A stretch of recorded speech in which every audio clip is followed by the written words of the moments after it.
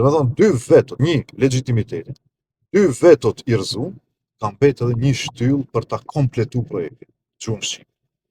Përsa se gjuha është ajo që e bën një popull shtetëformues. Edhe prandaj është iniciativa për cilën ne e kemi bërë si vit kuq.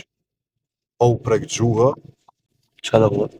pa u prek gjuha, nuk ka ma marrëveshje të ohrit. Nuk ka ma kuptim organizimi politik këtu. Edhe prandaj dua them se kjo nuk është lojë. U kemi thënë edhe të vlenit, u kemi dërgu edhe mesazhe nëpër kanaleve të ndryshme. Nuk është kjo më lojë partijake. Nuk është punë pushteti kjo.